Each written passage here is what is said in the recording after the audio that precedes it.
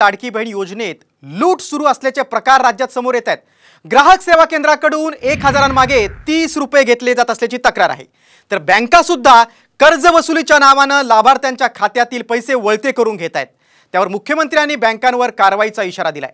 पाहूया या संदर्भातला एक खास रिपोर्ट। पैसे काढण्यासाठी ही बहिणींची लूट।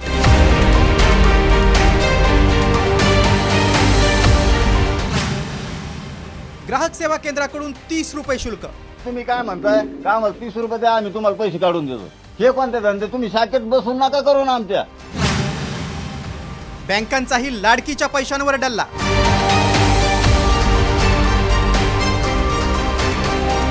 मोठा गाजावाजा करून सुरू झालेल्या लाडकी बहीण योजनेतल्या पैशांवर डल्ला मारला जात असल्याची धक्कादायक बाब उघड झाली आहे। अनेक ठिकाणी पैसे काढून देण्यासाठी महिलांची लूट सुरू असल्याचा गंभीर प्रकार समोर आलाय।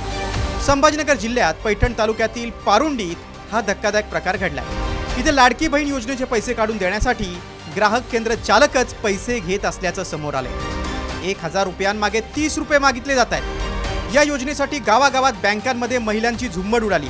याचाच फायदा अनेक ग्राहक सेवा केंद्र घेत आहेत। त्याचा जाब सजग नागरिकांनी या केंद्र चालकांना विचारलाय।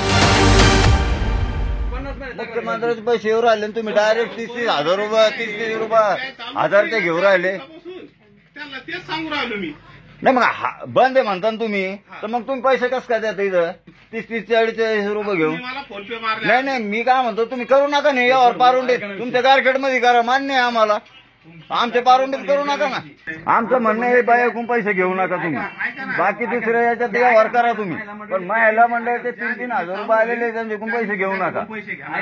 तुम्ही सर्व्हर बंद असून बी तुम्ही काय म्हणताय? काम 30 रुपये द्या, आम्ही तुम्हाला पैसे काढून देतो। हे कोणते धंदे? तुम्ही शाखेत बसून नका करू ना आमच्या।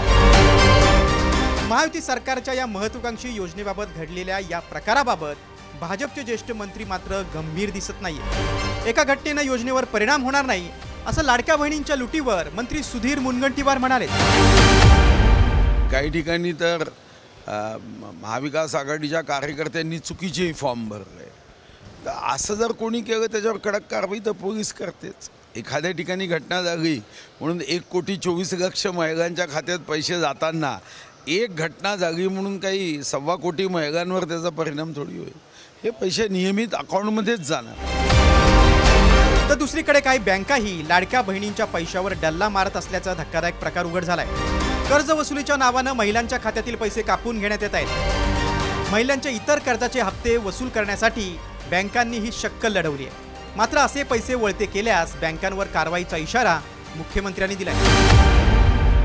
काही बँका या माझ्या बहिणींना दिलेले पैसे काय अकाउंट खात्यामध्ये पैसे जमा झाल्यानंतर काही कापून घ्यायला लागले। त्या बँकांना माझ्या सूचना आहेत, माझ्या बहिणींचे मुख्यमंत्री लाडकी बहीण योजनेतले पैसे जर काढले तर तुमच्यावर कठोर कारवाई केली जाईल। या बँकांना देखील मी सांगू इच्छितो।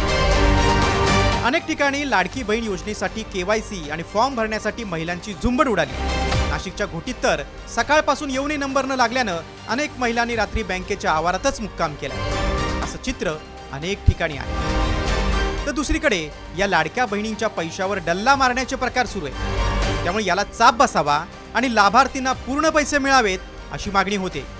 ब्युरो रिपोर्ट, साम टीव्ही। हे कोणते धंदे? तुम्ही शाखेत बसून नका करू ना आमच्या।